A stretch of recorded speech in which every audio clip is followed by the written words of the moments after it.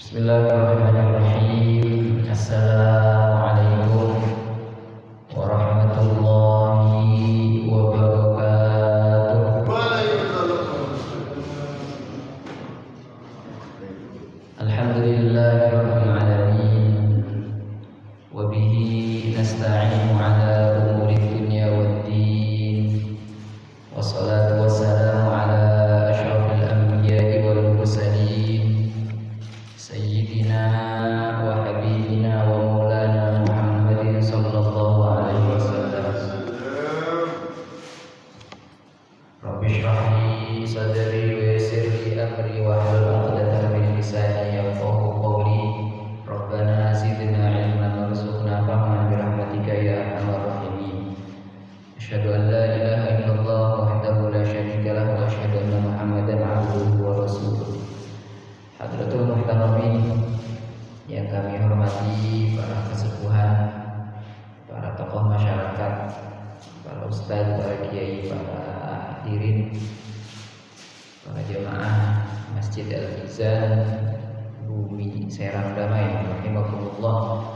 Alhamdulillah, pada kesempatan pagi hari ini Al-Faqir merasa berbahagia sekali bisa berjumpa, bermuajahah, bertatap muka dengan para jamaah semua dalam rangka thalabul ilm, dalam rangka mencari ilmu.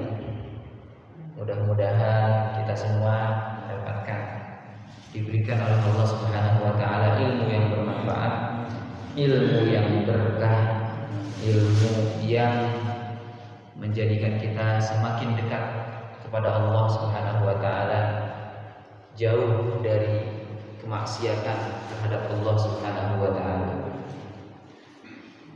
Mari kita awali pengajian kita ini dengan sama-sama baca surat Al-Fatihah dengan harapan mudah-mudahan pahala surat Al-Fatihah ini Allah sampaikan kepada keluarga kita yang telah mendahului kita, baik leluhur kita, baik putra putri kita, baik keluarga kita, maupun saudara-saudara kita yang masih hidup, atau di antara kita semua. Jika di antara kita ada yang sedang terlilit hutang, mudah-mudahan Allah segera lunasi hutang-hutang kita. Jika sedang ditimpa musibah, mudah-mudahan Allah angkat derajat kita, Allah beri kita kesabaran, Allah beri kita kekuatan. Jika kita sedang dilanda kesulitan, mudah-mudahan Allah mudahkan kita dalam menghadapi kesulitan tersebut. Ala hadhihi niyyah wa likulli niyyatin shalihah nas'aluka ya Allah bi barakati ummil kitab al-Fatihah.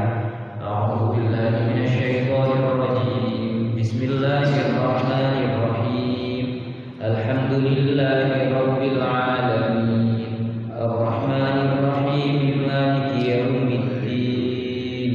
Iyyaka na'budu wa iyyaka nasta'in. Ihdinas siratal mustaqim. Siratal ladzina an'amta 'alaihim ghairil maghdubi 'alaihim waladdallin.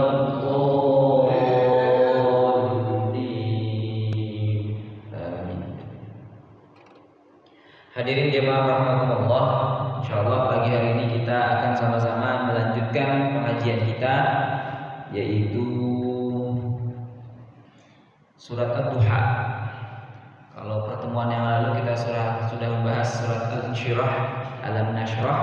Sekarang kita akan bersama-sama membaca dan sama-sama mengkaji bagaimana para ulama menafsirkan surat Ad-Duha. Al-Faqir mengambil tafsir dari kitab Al-Jalalain dan tafsir Ibnu Katsir. Mudah-mudahan menjadi menambah pemahaman kepada kita semua ini ya Rabbal alamin. Kita sama-sama baca surat Ad-Duha, lalu baru setelah itu kita bahas ayat per ayat. A'udzu billahi minasy syaithanir rajim. Silakan. A'udzu billahi minasy syaithanir rajim. Bismillahirrahmanirrahim.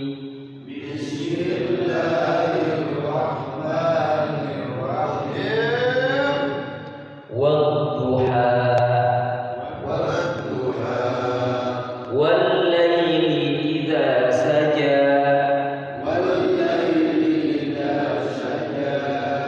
ma wadda'aka rabbuka wa ma qala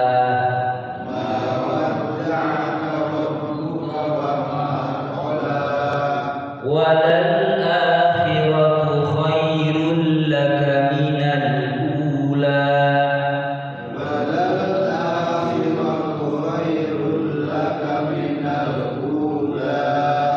wala sawfa yu'tika rabbuka fatarda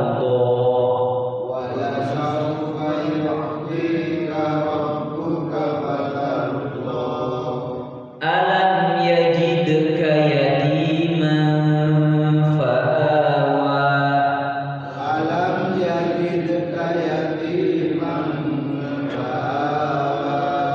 wa wajadaka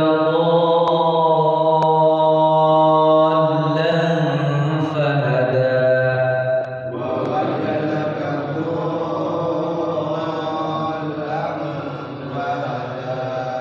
wa wajadaka 'ailan fa'aghna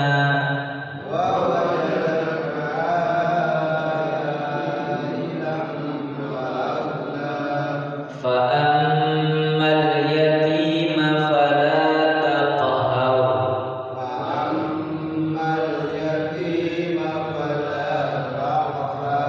wa ammas sa'ila fala tanhar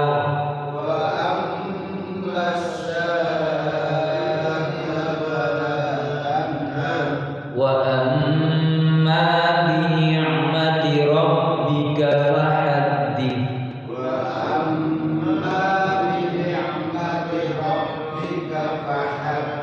kita bareng-bareng Bismillahirrahmanirrahim wadduha wal-laili idza saja ma wadda'aka rabbuka wa ma qala walal akhiratu khairul laka minal ula wala sawfa yu'tika rabbuka fatarda alam yajidka yatiman fa'awa wa wajadaka dhallan fahada wa wajadaka 'ailan fa'aghna fa ammal yatima fala taqhar wa ammas sa'ila fala tanhar wa amma bi ni'mati rabbika fahaddith. Hadirin jemaah rahimakumullah, alhamdulillah ayat yang pertama Allah Subhanahu wa taala mengawali surat Ad-Duha dengan sumpah beliau terhadap waktu duha. Wadduha, wadduha maknanya demi waktu duha. Karena yang bersumpah adalah Allah, maka bebas Allah bersumpah kepada siapapun dan kepada apapun. Berbeda dengan makhluknya. Kalau kita mau bersumpah, maka bersumpahnya harus dengan nama Allah. Ya, itu bedanya kita dengan Allah. Wadduha maksudnya ai awwalin nahari au kullihi, dalam tafsir Jalalain yang ditulis oleh Imam Jalaluddin Al-Mahalli, ya. Karena ini ada dua pengarang, ada dua penulis, yaitu yang pertama adalah Imam Jalaluddin Al-Mahalli yang wafat pada tahun 864. Beliau mengawali tulisannya dari surat Al-Isra,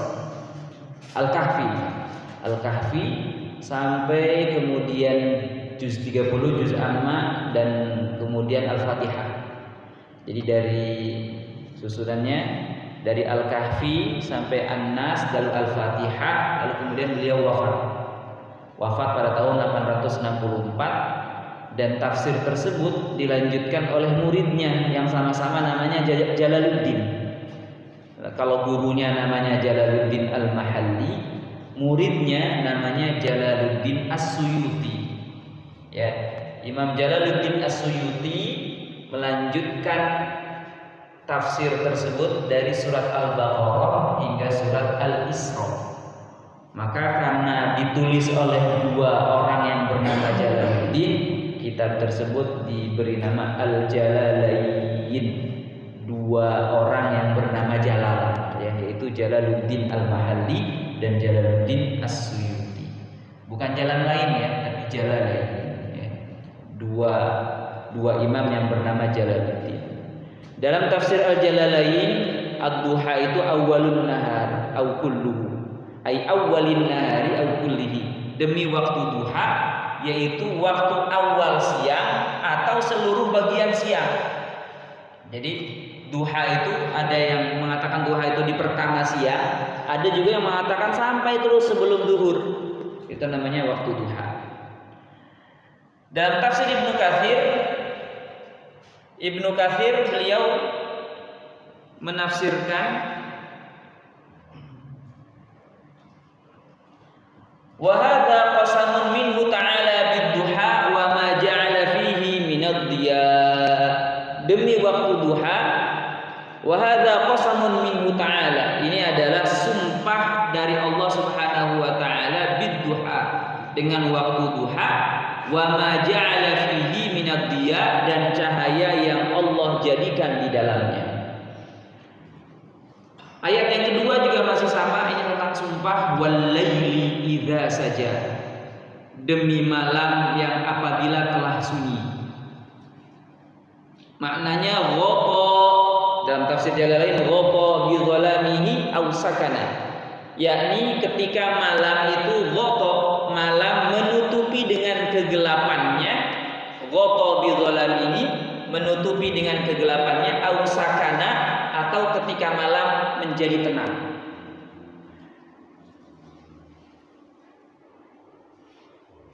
Mirip dengan yang ditafsirkan oleh Ibnu Katsir, wal laili idza saja, demi malam apabila telah sunyi, ay sakana fa adlama wa adallahu. Maksudnya adalah ketika malam menjadi tenang, gelap dan pekat. Jadi pertama waktu ayat awal, ayat yang pertama tentang waktu duha, ayat yang kedua tentang malam. Jadi ini menunjukkan bahwa fenomena yang menarik. Siang dan malam itu alhamdulillah nggak pernah terlambat, meskipun kita nggak pernah bayaran. Beda dengan listrik di PLN. Kalau kita telat bayar listrik, apa yang terjadi? Mati. Ya, gelap itu rumah kalau listriknya nggak dibayar. Tapi alhamdulillah, meskipun kita ini kadang-kadang lupa berterima kasih sama Allah, lupa kita ini mengucap syukur kepada Allah, lupa beribadah, tapi Allah tetap sayang kepada kita. Allah Maha Rahman, Allah Maha Rahim. Siang dan malam tidak pernah terlambat. Siang dan malam tidak pernah terlambat, tidak sesuai dengan jadwalnya.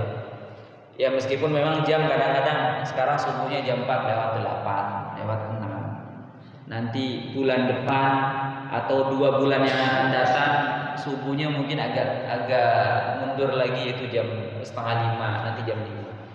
Ya, bukan berarti itu terlambat, tapi itu adalah berdasarkan garis edarnya matahari.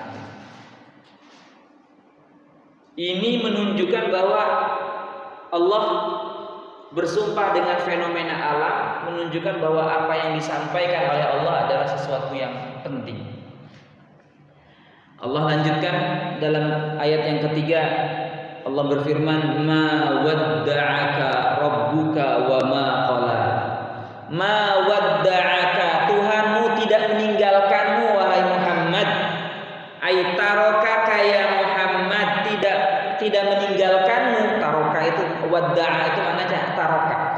Tuhanmu tidak meninggalkanmu wahai Muhammad, wa ma qala, dan tidak pula membencimu. Ma qala itu ma abghadaka, tidak membencimu. Ayat ini turun ketika wahyu sempat terhenti 15 hari. Jadi Nabi Muhammad itu kalau menerima wahyu senang. Kenapa? Karena itu adalah pelipur laranya Nabi, hiburannya Nabi. Karena ketika Nabi merasa secara manusiawi mungkin ada rasa sedih. Sudah berjuang, sudah menyampaikan risalah, menyampaikan wahyu, ternyata bagaimana sikap umatnya, orang-orang Quraisy itu sangat membenci kepada beliau, terutama Abu Tri itu ya. Abu Lahab, Abu Jahal, Abu Sufyan, meskipun nanti Abu Sufyan itu masuk Islam. Tapi luar biasa penentangan dari pemuka-pemuka Quraisy. Mereka luar biasa. Nah, ketika sedih turun wahyu, itu hiburan. Seperti dapat surat cinta. Ya, memang surat cinta. Seperti penghiburnya Nabi Muhammad SAW. Nah, pernah suatu hari, suatu ketika ayat wahyu terhenti selama 15 hari. Lalu orang-orang kafir berkata ketika wahyu itu terhenti, orang kafir berkata, inna rabbahu wadda'ahu wa qalahu, sesungguhnya Tuhannya Muhammad telah meninggalkannya dan membencinya. Lalu Allah turunkan surat Ad-Duha ini, ma wadda'aka rabbuka wa ma qala. Ini adalah sebagai bantahan dari pernyataan orang-orang kafir Makkah pada saat itu, karena surat ini diturunkan di Makkah. Walal akhiratu khairul laka minal ula, walal akhiratu khairul laka, dan sesungguhnya akhirat itu lebih baik darimu, lebih baik bagimu, lima fiha minal karamati laka, di akhirat kelak engkau akan memperoleh kemuliaan, memperoleh kedudukan, memperoleh balasan yang lebih besar dibandingkan dengan minal ula minad dunya, dibandingkan dengan apa yang ada di dunia. Tenang wahai Muhammad, kata Allah Subhanahu wa taala, akhirat itu lebih baik bagimu daripada dunia ini. Itu dalam Jalalain. Kalau dalam Ibnu Katsir lebih lengkap lagi, walihada walal akhiratu khairul laka minal ula, sungguh akhirat itu lebih baik bagimu daripada di dunia ini. Maksudnya adalah waddarul akhiratu khairun laka min hadhid dar, negeri akhirat lebih baik bagimu daripada negeri dunia. Walihada kana Rasulullah sallallahu alaihi wasallam azhadan nasi fid dunya. Karena itu Rasulullah sallallahu alaihi wasallam adalah orang yang paling zuhud terhadap dunia. Zuhud itu bukan tidak suka dunia, bukan. Zuhud itu adalah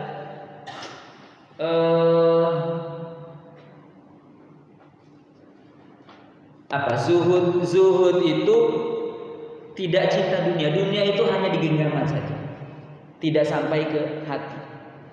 Tapi bukan berarti meninggalkan kesenangan dunia, bukan. Cuma tidak sampai ke hati, seperti ungkapan Nabi Sayyidina Umar itu, bahwa dunia itu hanya di genggaman saja. Ya Allah, jadikan dunia itu hanya di genggaman, jangan jadikan dunia dalam hati. Sehingga ketika dunia itu lepas, maka hatinya rela. Beda dengan kita-kita. Kalau kita-kita kayaknya dunia itu wallahualam ya, di antara kita lah ya. Dunia itu kayaknya ada di hati. Buktinya kalau sholat itu mikirin omset, mikirin target kerjaan dan sebagainya. Jadi Rasulullah itu adalah azhadan nasi fid dunya, orang yang paling zuhud terhadap dunia. wa a'zamahum laha itrahan, dan paling besar sikap berpaling dari dunia. Kama huwa ma'lumun bid-darurati min siratihi, hal ini sudah diketahui secara pasti dari perjalanan hidup beliau. Walamma khuyyira alaihi salamu fi akhir umrihi, maka ketika beliau Nabi Muhammad sallallahu alaihi wasallam di akhir hayatnya diberi pilihan bainal khuldi fid dunya ila akhiriha tsummal jannah, antara hidup kekal di dunia hingga akhir zaman lalu masuk surga, wa bainas sayrurati ila Allah azza wa jalla, atau segera kembali kepada Allah subhanahu wa ta'ala azza wa jalla. Ikhtara ma 'indallahi 'ala hadhihi dunya ad-daniyah, beliau memilih apa yang ada di sisi Allah daripada dunia yang hina ini. Jadi di akhir hayat beliau Allah menawarkan, wahai Muhammad, pilih mana? Apakah kamu mau seumur-umur hidup hingga akhir zaman lalu kemudian langsung masuk surga, atau kembali ke pangkuanku? Nabi memilih kembali ke pangkuan Allah Subhanahu wa ta'ala dan meninggalkan dunia. Nabi hanya berusia 63 tahun. Padahal Allah mampu. Jika Nabi mau, Allah hidupkan Nabi Muhammad sepanjang masa, sampai akhir masa, lalu langsung masuk surga. Namun itu tidak dipilih oleh Nabi. Yang dipilih oleh Nabi adalah beliau kembali kepada Allah Subhanahu wa ta'ala. Itu dalam tafsir Ibnu Katsir. Insyaallah ini tafsir yang mu'tabar, tafsir yang diakui oleh para ulama. Ayat berikutnya Allah Subhanahu wa ta'ala berfirman, wala sawfa yu'tika rabbuka fatarda, dan sungguh la sawfa yu'tika, sungguh kelak Tuhanmu akan memberimu, fatarda, hingga engkau ridha. Wala sawfa yu'tika rabbuka fil akhirati minal khairati ata'an jazilan fatarda bih, dan sungguh nanti Tuhanmu Allah Subhanahu wa ta'ala akan memberimu, wahai Nabi Muhammad, di akhirat berbagai kebaikan dengan karunia yang besar, sehingga engkau akan ridho dengan pemberian itu. Faqala sallallahu alaihi wasallam, lalu Nabi menjawab. Disebutkan bahwa Rasulullah bersabda, idzan la arda wa wahidun min ummati finnar. Ya Rabb, kalau begitu aku tidak akan ridho sementara ada satu orang dari umatku berada di neraka. Masya Allah. Ini saking sayangnya Nabi kepada umatnya. Nabi Muhammad tidak ridho kalau ada umatnya yang masuk neraka. Bahkan akhir hayat Nabi itu yang disebut-sebut bukan warisannya, bukan istrinya, bukan keluarganya. Yang disebut adalah ummati, ummati, ummati, umatku, umatku, umatku. Masya Allah. Kita semua ini yang hadir di sini disebut-sebut oleh Nabi Muhammad SAW di akhir hayatnya. Wahai umatku, di sana ada Pak Bangun, di sana ada Pak Haji Wawan, kata Nabi. Di sana ada jamaahnya Masjid Al-Mizan. Ummati, Nabi Muhammad tidak ridho jika ada umatnya yang masuk neraka. Ini cintanya Nabi kepada kita semua. Imam Ibnu Katsir menafsirkan ay fid daril akhirati yu'tihi hatta yurdiyahu fi ummati wa fi ma a'addahu lahu minal karamah. Di negeri akhirat Allah akan memberikan kepada Nabi Muhammad sallallahu alaihi wasallam berbagai karunia sampai beliau benar-benar ridho, baik dalam hal umatnya maupun dalam kemuliaan yang Allah persiapkan untuknya. Jadi Jadi Nabi Muhammad itu diberi spesial oleh Allah Subhanahu wa taala. Semua kenikmatan, semua kebaikan akan diberikan kepada Nabi Muhammad dan umatnya. Insya Allah kita semua akan diberikan kebaikan karena kita ini adalah umatnya Nabi Muhammad. Amin ya Allah ya Rabbal alamin. Jadi jangan bersedih, jangan galau, jangan berputus asa. Insya Allah umat Nabi Muhammad itu mulia, baik di dunianya maupun di akhiratnya. Ya, sebagaimana yang kita lakukan hari ini, misalnya bangun subuh itu kan kebaikan, sholat berjamaah itu kebaikan, hadir di majelis ilmu itu kebaikan, menyiapkan misalnya konsumsi itu juga kebaikan, insya Allah. Ya, bahkan nenteng kue itu, nenteng makanan itu langkahnya dihitung itu dari semenjak rencana besok pagi itu mau ada pengajian, mau dijaburin apa ya, diberi konsumsi apa ya, nasi kuning apa nasi uduk apa bubur ayam atau itu sudah dicatat kebaikan oleh Allah karena merencanakan kebaikan, ya, merencanakan kebaikan. Lalu kemudian belanja bahan-bahannya untuk menyiapkan konsumsi, melangkahlah dari rumah, nyamperin Bu Aminah misalnya, nyamperin Bu Marpona, terus datang melangkah kaki ke masjid, itu semua kebaikan insya Allah. Ya, begitupun bapak-bapak misalnya lagi batuk-batuk pada sebenarnya atau lagi meriang, tapi ingat ada pengajian, lalu berangkatlah ke masjid karena ada pengajian, itu kebaikan juga, masya Allah. Apalagi disusul dengan kebaikan-kebaikan yang lain, dan itu semua adalah kebaikan untuk umatnya Nabi Muhammad sallallahu alaihi wasallam. Ilahuna, sampai sini kata Imam Jalalain, tamma jawabul qasami bi muthbataini ba'da manfiyaini. Hingga di sini sempurnalah jawaban atas sumpah Allah dalam surat ini, wadduha wal laili idza saja, dengan dua penetapan janji kebaikan akhirat dan kebaikan dengan karunia yang besar. Apa janjinya? Walal akhiratu khairul laka minal ula wala sawfa yu'tika rabbuka fatarda. Ini dua ungkapan yang Allah tetapkan setelah dua penafian. Apa yang dua penafian itu? Ma wadda'aka rabbuka wa ma qala, bahwa Allah tidak akan meninggalkan Nabi Muhammad dan tidak membenci Nabi Muhammad sebagaimana tuduhan orang-orang kafir yang mengatakan bahwa Nabi Muhammad sedang ditinggalkan dan dibenci oleh Tuhannya karena wahyu terputus 15 hari.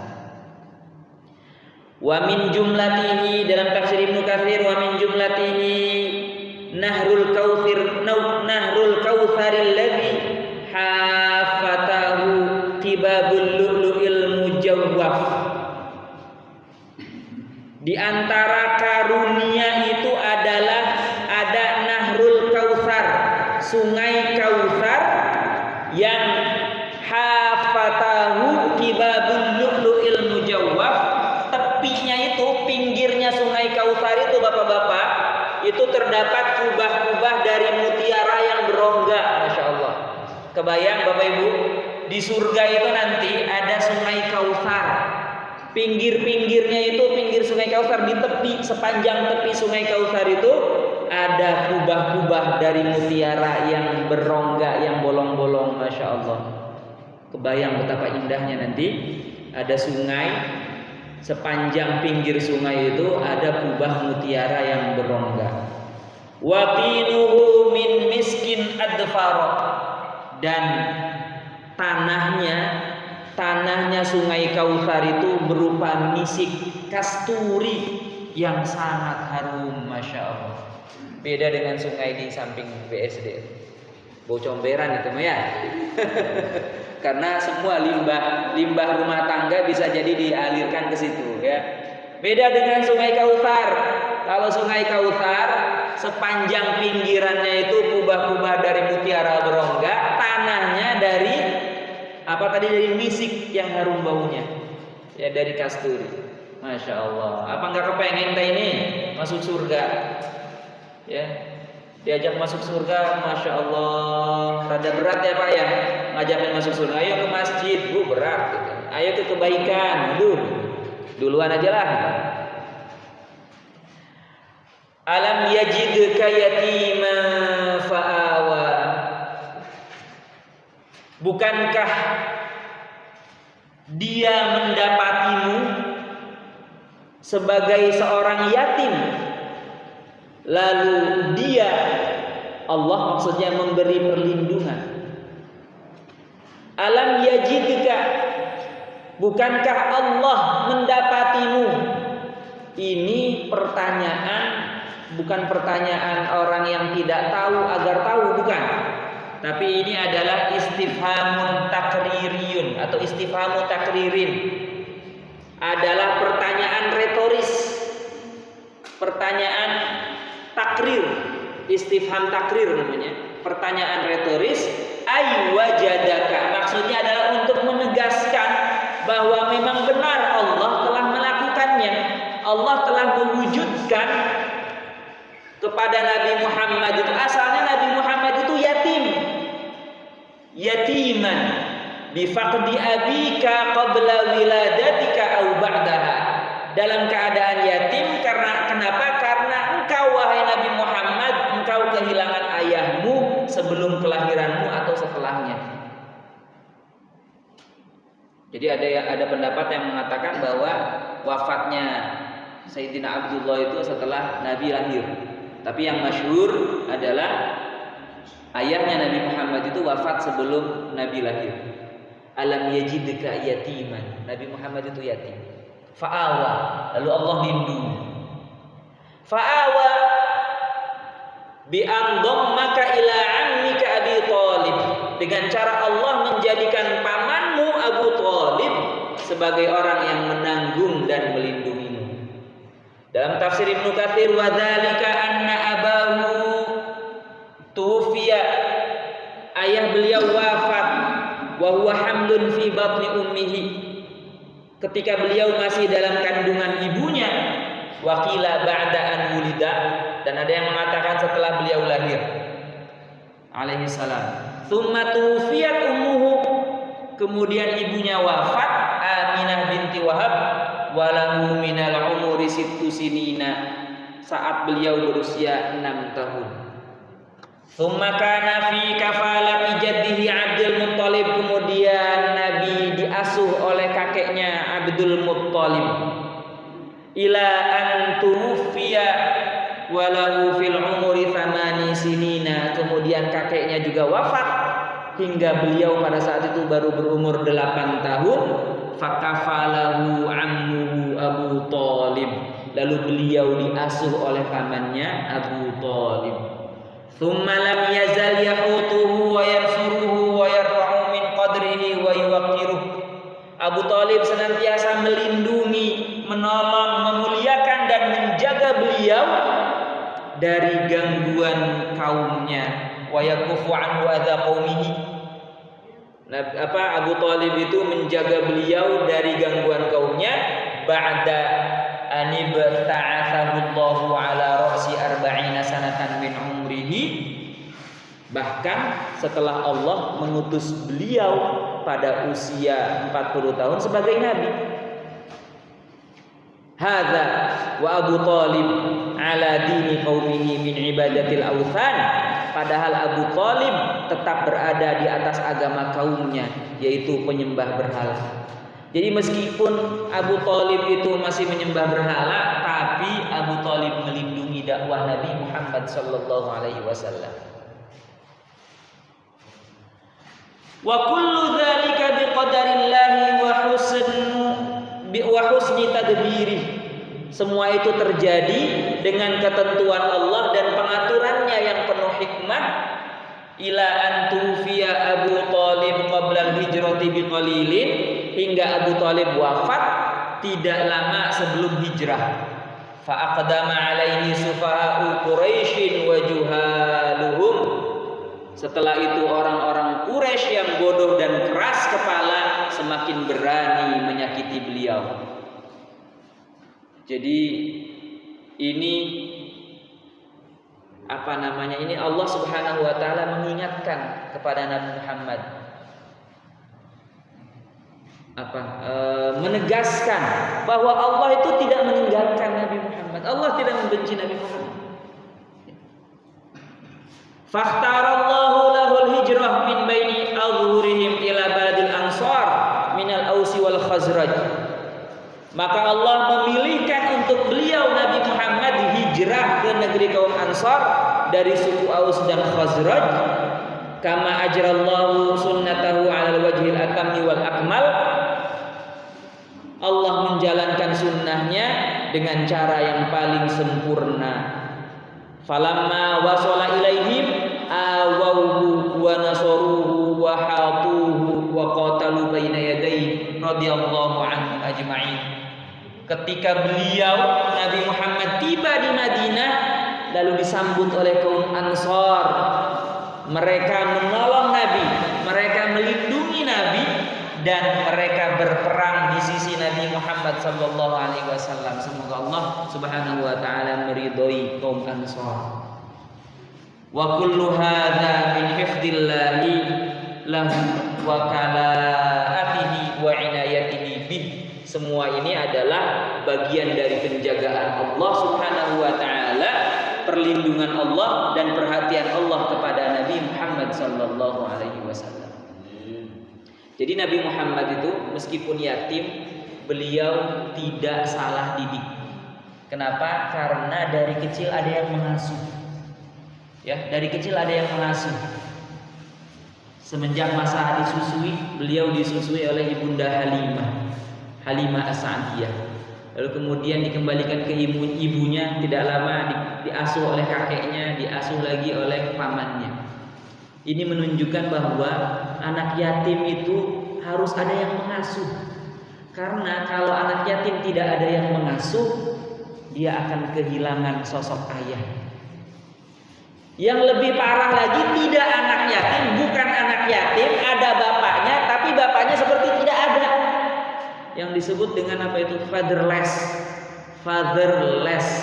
Bapaknya ada di rumah, tetapi dia tidak melihat sosok ayah di rumahnya. Kenapa? Karena ayahnya sibuk kerja cari nafkah. Ya, tidak pernah memuji anaknya, misalnya, tidak pernah memegang tangan anaknya, tidak pernah ya hanya dia merasa cukup dengan memberi nafkah. Apa itu? Nafkah harta, nafkah uang. Sudah cukup, sudah merasa cukup karena sudah ngasih makan, tapi lupa mendidik anaknya. Itu yang lebih parah. Dan itu akan membekas di hati anak sehingga dia akan mengalami fatherless, kehilangan sosok ayah. Maka terjadilah bullying. Kenapa terjadi bullying? Sekarang ini meningkat. Kejadian bullying itu sekitar ada 2.500-an kasus. Bullying itu perundungan, ya mukulin lah. Jadi pemukulan fisik atau kemudian caci maki, atau kemudian kalau pakai medsos itu, kalau pakai internet, nyinyir terus ya. Misalnya ada orang yang misalnya lagi ngupload, lagi sarapan uduk misalnya, dikomentari dengan hal yang tidak enak. Itu adalah cyberbullying, cyberbullying namanya ya. Perundungan di internet. Dan sekarang kasusnya meningkat. Itu semua kenapa terjadi? Karena di rumahnya tidak melihat sosok yang harmonis. Ya, di rumahnya itu tidak ada keharmonisan sehingga bawaannya marah terus, sehingga bawaannya kesel terus, sampai ke teman-temannya, sampai ke pergaulannya juga dia kesel. Di keselnya itu dilampiaskan kepada temannya, sehingga terjadilah bullying, perundungan. Nah, beda dengan jika keluarga itu harmonis, ya, bapak ibunya hadir, memberikan kasih sayang kepada anaknya, maka anaknya juga akan menyebarkan ya kasih sayangnya kepada yang lainnya. Tidak ada perundungan, tidak ada bullying. Ini menunjukkan bahwa terutama anak yatim ya, ini pentingnya ada pengasuh, ada yang ngasuh. Maka kata Rasul, wajar Rasul mengatakan ana wa kafilul yatimi hakadha. Nabi Muhammad mengatakan, aku dan pengasuh anak yatim itu seperti ini. Nabi Muhammad menunjukkan jari telunjuk dan jari tengahnya berdampingan. Jadi kata Nabi, aku dan pengasuh anak yatim di surga seperti ini. Artinya apa? Pengasuh anak yatim itu nanti akan berdampingan dengan Nabi Muhammad di surganya. Nah, maka kepada para agnia di jamaah ini yang misalnya yang ada kelonggaran, baik kelonggaran harta atau kelonggaran hati, mari kita perhatikan anak-anak yatim di sekitar kita, jangan sampai menjadi anak yang dia kehilangan sosok ayah, ya, sehingga masa depannya akan masa depannya itu akan merasa ada luka, merasa ada ruang kosong, sehingga dia kehilangan. Ya, jadi ana wa kafilul yatimi fil jannati hakadha, kata Rasul, aku dan pengasuh anak yatim itu seperti ini di surga. Kita lanjutkan dalam ayat berikutnya, wa wajadaka dhallan fahada. Dan Allah dan dia mendapatimu dalam keadaan tidak mengetahui syariat. Ama anta alaini minasyariah, yakni engkau belum mengetahui hukum-hukum dan jalan yang Allah tetapkan. Fahada, lalu Allah memberi petunjuk kepadamu, ai hadaka ilaiha, yaitu Allah membimbingmu kepada syariat tersebut dengan cara menurunkan wahyu dan menjadikan Nabi Muhammad SAW sebagai pembawa risalah. Dalam tafsir Ibnu Katsir, wa wajadaka dhallan fahada, dan dia mendapatimu dalam keadaan tidak mengetahui syariat lalu dia memberi petunjuk. Ini sejalan dengan surat Asy-Syura ayat 52, wa kadzalika auhayna ilaika ruham min amrina ma kunta tadri mal kitabu walal iman walakin ja'alnahu nuran nahdi bihi man nasha' min ibadina wa innaka latahdi ila siratim mustaqim. Dan demikianlah kata Allah, kami wahyukan kepadamu ruh wahyu dari perintah kami. Sebelumnya engkau tidak mengetahui apa itu kitab dan tidak pula iman, tetapi kami menjadikannya cahaya yang dengannya kami memberi petunjuk siapa yang kami kehendaki dari hamba-hamba kami, dan sesungguhnya engkau benar-benar memberi petunjuk kepada jalan yang lurus. Wa minhum man qala al-muradu bihadza annahu alaihi salam dhalla fi syi'abi Makkah wa huwa shaghir thumma raja'a. Ada yang menafsirkan bahwa maksud ayat ini adalah Nabi Muhammad dulu waktu kecil pernah tersesat di jalan-jalan kecil, yaitu di jalan Syi'abnya Makkah ketika masih kecil, lalu beliau bisa pulang. Waqila, ada lagi yang menafsirkan innahu dhalla wa huwa ma'amihi fi tariqis Syam. Nabi Muhammad dulu pernah tersesat pada saat bepergian bersama pamannya Abu Thalib ke Syam. Wa kana raqiban naqatan fil lail. Nabi Muhammad pada saat itu menunggangi unta di malam hari. Faja'a iblis ya'dilu biha 'anit thariq. Lalu kemudian datang iblis membelokkannya dari jalan. Faja'a Jibril. Lalu Jibril datang, fanafakha iblisa nafkhatan. Malaikat Jibril meniup iblis hingga terlempar si iblisnya tadi, zahaba minha ila Habsyah, hingga jauh terlempar ke Habsyah. Tsumma adala birrahilah ila thariq, lalu kemudian mengembalikan unta ke jalan yang benar. Riwayat ini disebutkan oleh Al-Baghawi dalam tafsirnya. Dalam tafsir Al-Baghawi disebutkan demikian. Jadi Nabi Muhammad dulu pernah tersesat pada masa kecil, yaitu di jalan Syi'ab Makkah, atau tersesat pada masa perjalanan ke Syam. Ada lagi yang menafsirkan bahwa dhallan di sini dulu Nabi Muhammad tidak tahu apa-apa, lalu Allah beri wahyu. Ya, Allah beri wahyu, lalu Allah angkat beliau jadi nabi. Fahada, Nabi Muhammad memberi petunjuk kepada umatnya. Wa wajadaka 'ailan faqiran, dia mendapatimu dalam keadaan miskin. Fa'aghna, maka Allah kayakan beliau. Aghnaka bima qana'aka bihi minal ghanimati wa ghairiha, yaitu dengan mencukupkanmu melalui harta rampasan perang, ghanimah dan selainnya. Jadi jihad itu ternyata membuat kaya. Ya, selain pahalanya luar biasa, pahalanya adalah mati syahid, langsung pindah alam, pindah ke surga. Ternyata kalau menang, harta rampasannya itu milik kaum muslimin, sehingga sangat cepat itu kayaknya. Kalau sekarang kan susah ya cari uang. Nah, nanti kalau ada negara itu mewajibkan jihad, nanti hasil dari jihad itu adalah ghanimah, rampasan perang. Ini para sahabat itu kenapa kaya-kaya? Karena ternyata ghanimah itu bikin kaya. Ya kalau sekarang kan nggak bisa ghanimah, karena kenapa? Karena belum ada negara yang mengajak kita jihad, ya. Ya karena negaranya tidak menggunakan ajaran jihad. Dianggap jihad itu ajaran yang kejam. Padahal jihad itu adalah dalam rangka mendakwahkan Islam, ya, mendakwahkan Islam, menyebarkan Islam, ya, mendakwakan Islam. Ketika Islam itu diterima, tidak ada jihad, ya, diterima, ya, berarti semuanya jadi saudara, jadi masuk Islam.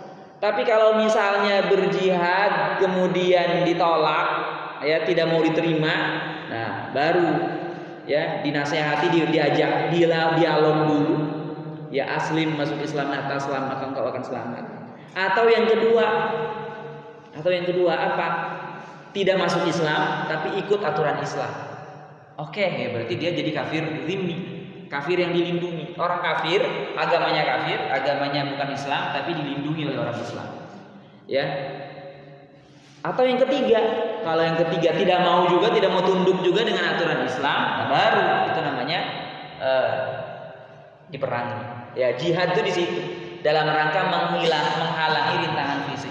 Nah kalau sekarang karena tidak ada ajaran Islam yang diterapkan oleh negara, maka Islam itu jadi tertuduh seolah-olah jihad itu adalah ajaran kekerasan, ajaran yang menyerangkan.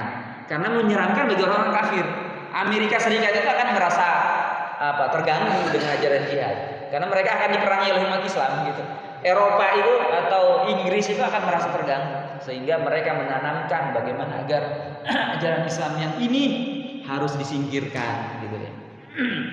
Jadi dulu zaman sahabat kaya itu karena diantaranya adalah mendapatkan ghanimah. Termasuk Rasulullah SAW juga di sini dijelaskan bahwa dulunya Nabi itu ya fakir, lalu kemudian aghnaka bima qanna'aka, lalu dia menjadikanmu kaya dengan mencukupkanmu melalui harta rampasan, ghanimah wa ghairiha dan sebagainya. Wa fil hadis, dalam hadis beliau bersabda, laisal ghina an kafratil arad walakinnal ghina ghinan nafs. Bukanlah kekayaan itu karena banyaknya harta benda, tetapi kekayaan sejati adalah kekayaan jiwa. Bisa jadi karena Nabi Muhammad jiwanya merasa kaya. Ya. Ai kunta faqiran dza'iyalin fa'aghnaka Allah amman siwa. Engkau dulu fakir, memiliki tanggungan keluarga, lalu Allah mencukupkanmu sehingga tidak tergantung kepada selain Allah. Fajama'a lahu baina maqami, Allah mengumpulkan kepada Nabi dua kedudukan sekaligus, yaitu al-faqirus sabir, al-faqirus sabir wal ghaniyus syakir. Nabi Muhammad itu adalah fakir yang sabar ketika beliau berada dalam kekurangan, juga al-ghaniyus syakir, orang kaya yang bersyukur ketika Allah memberinya kecukupan. Masih ada 3 ayat lagi, tapi waktunya 5 menit lagi. Bagaimana, cukup dulu ya, kita lanjutkan pekan depan. Pekan depan insyaallah fa ammal yatima fala taqhar wa ammas sa'ila fala tanhar wa amma bi ni'mati rabbika fahadith. Kita lanjutkan insyaallah pekan depan. Dari Al-Faqir cukup sekian. Barangkali dari para jamaah ada yang mau berdiskusi, ada yang mau melengkapi, ada yang mau mengoreksi atau mau bertanya jawab, kami persilakan. Tafadhol. Baiklah para jamaah, barangkali yang perlu didiskusikan.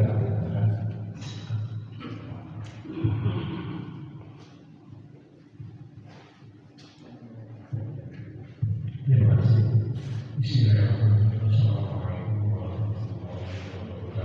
Waalaikumsalam warahmatullahi wabarakatuh.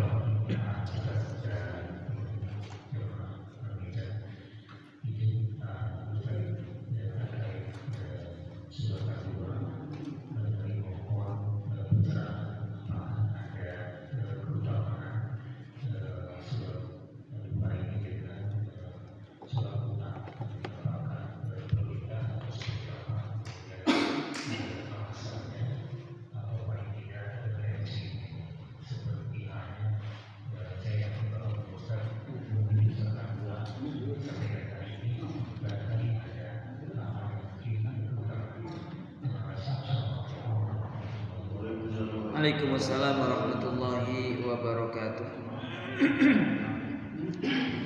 Keutamaan surat Ad-Duha pastinya ada, tapi Al-Fakir belum sempat mentelaahnya. Karena semalam mutolaahnya baru mulai jam berapa ya? Habis Isya.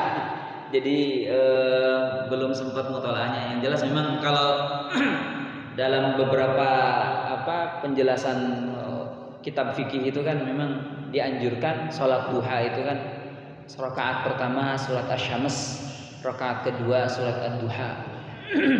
Wallahu alam apa maknanya. Pastinya ada faidah-faidahnya, tapi yang jelas Al-Fakir belum sampai bacanya belum sampai ke situ keutamaan-keutamaannya, karena yang Al-Fakir fokuskan di tafsir Jalalain dan tafsir Ibnu Katsir semalam. Jadi karena kefakiran Al-Fakir terkait dengan ilmu tersebut, jadi belum bisa menjawabnya. Mohon dimaafkan. Silahkan, ada lagi yang lain.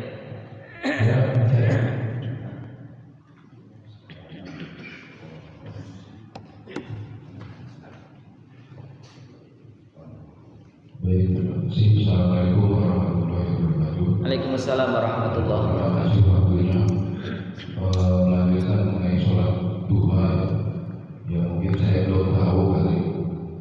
Kalau tidak salah tadi dikatakan bahwa surat Ad-Duha itu turun di Mekah ya. Nah, mungkin pada waktu zaman dulu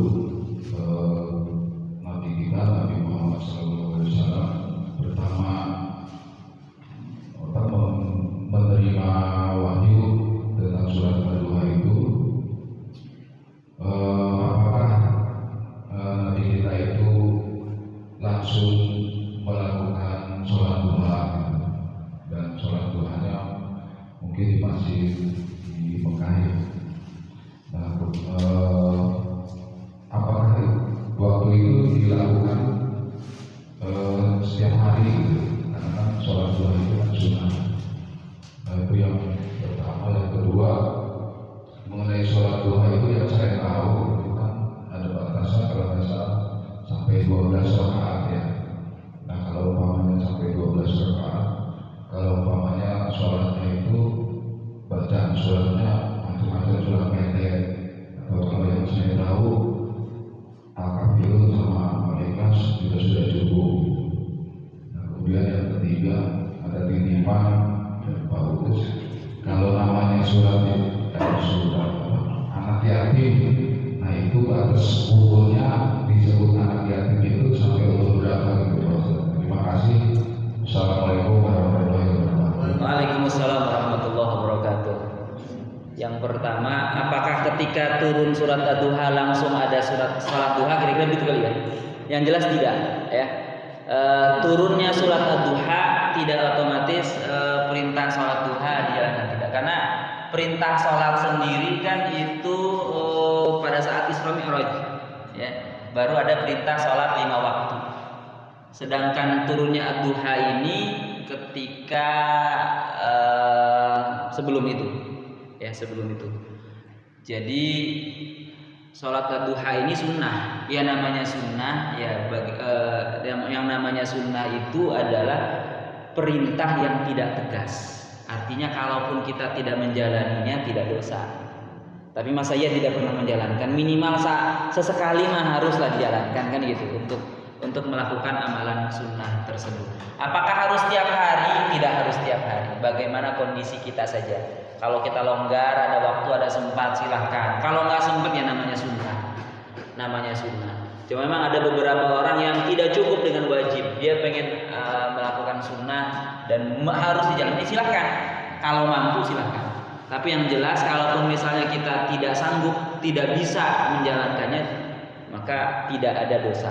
Karena sifatnya bukan wajib, itu sunnah. Nah, terus bagaimana bacaan-bacaannya? Yang namanya sunnah itu kan hanya afdoliyah saja. Afdolnya adalah surat Asy-Syams dengan surat Ad-Duha. Cuma kan kalau kita orang surat Asy-Syams dan Ad-Duha itu kayaknya panjang gitu ya, lama itu. Jangankan mau 12 rakaat, 2 rakaat aja menjadi kapok jadinya kalau baca surat Asy-Syams, surat Ad-Duha itu. Maka ya silahkan pilihlah surat yang ringan menurut kita. Insya Allah tetap sah karena namanya juga sunnah. Jadi begitu. Ini untuk kita. Kecuali kalau untuk yang sudah terbiasa rutin, misalnya sunatan duha, lalu ngerasa cepet banget ya 2 rakaat, ya silahkan 4 rakaat. Sudah biasa 8 rakaat, silahkan 12 rakaat. Sudah biasa juga 12 rakaat, kayaknya masih terlalu cepet, silahkan pakai suratnya asyams sama duha. Begitu. Jadi tergantung level kebiasaan kitanya. Namanya riyadhah namanya itu. Namanya latihan. Jadi kalau mau latihan itu jangan sekaligus yang ekstrim. Nantinya apa? Enggak istiqomah nantinya. Yang enggak istiqomah, yang bagus itu adalah istiqomah yang meskipun sedikit tapi terus ngereyeuh gitu ya. Terus-terusan dijalankan, itu yang lebih afdol dibandingkan hari ini karena pengajiannya surat ad-duha lalu dia sholat sunnah duha 12 rakaat, setiap rakaat surat asyams dan surat ad-duha, besoknya kecapean. Merasa sudah cukup kemarin sudah sholat duha 12 rakaat bacaannya asyams dan ad-duha. Sudah ya selanjutnya enggak karena sudah merasa pernah. Bukan begitu. Yang penting itu adalah kita terus-menerus mengamalkannya meskipun cuma misalnya kuliah kulhu silakan. Yang penting kita bisa istiqomah. Itu yang kedua ya, pertanyaan kedua.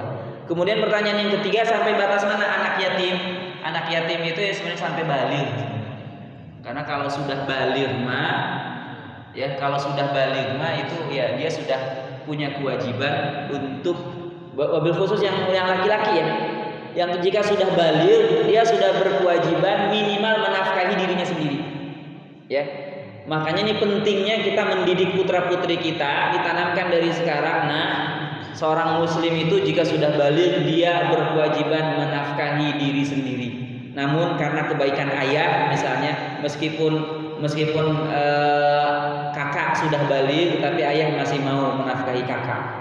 Jadi ini adalah amal baiknya ayah buat kakak. Silahkan disampaikan. Agar apa? Agar sadar bahwa dia itu tidak boleh bergantung terus ke orang tuanya. Minimal dia merasakan dia ada kewajiban untuk menafkahi dirinya sendiri. Jadi dalam Islam itu luar biasa. Tidak kalau itu dijalankan ajaran itu ya kayaknya tidak ada itu yang remaja-remaja yang mager ya. Remaja-remaja yang malas itu. Kecuali kalau yang wanita, kalau yang putri memang ya itu kewajiban bapaknya. Sampai kapan? Sampai diambil oleh suaminya. Ya, kalau sudah diambil oleh suaminya baru itu kewajiban suaminya memberi nafkah. Ya. Kalau anak putri kita itu mencari nafkah, ya itu adalah amal baik dia. Gitu. Amal baik dia, tapi bukan kewajiban. Yang wajib bagi anak putri itu adalah bapaknya. Ya. Yang wajib menafkahi anak perempuan itu adalah bapaknya. Jika sudah berkeluarga maka suaminya yang berkewajiban. Jika sudah punya anak maka anaknya nanti. Anak yang sudah besar maka anaknya itu yang berkewajiban menafkahi ibu-ibu. Bagaimana kalau ibu-ibu mencari nafkah, berusaha bekerja? Silahkan, ya, tidak diharamkan, ya, tidak. Silahkan, cuma sifatnya boleh saja, boleh, tidak wajib. Misalnya suaminya kesulitan, misalnya susah cari nafkahnya, atau misalnya tidak mencukupi keseharian, lalu si istri kemudian legowo, misalnya berbesar hati untuk mencari maisha, mencari penghasilan, itu silahkan, boleh. Tetapi yang wajib adalah suaminya, yang wajib adalah bapaknya, yang wajib adalah anak laki-lakinya. Jadi pihak laki-laki yang wajib itu. Jadi luar biasa. Jadi bukan berarti emansipasi wanita, bukan, justru ini adalah menghormati wanita. Wanita itu terhormat dalam Islam, insya Allah. Jadi begitu terkait dengan anak yatim. Wallahu a'lam bishawab. Ya, Pak Ustaz, karena sudah cukup. Oh, ada satu lagi, silakan. Sudah mulai memanas kayaknya. Silakan. Bismillahirrahmanirrahim. Waalaikumsalam. Sebelumnya ingin menambahkan di sini. Saya bertanya, sebenarnya sudah lama bertanya, cuma sedikit-sedikit malu. Jadi kalau kita menjalankan puasa itu kan kalau nggak salah sehari misalnya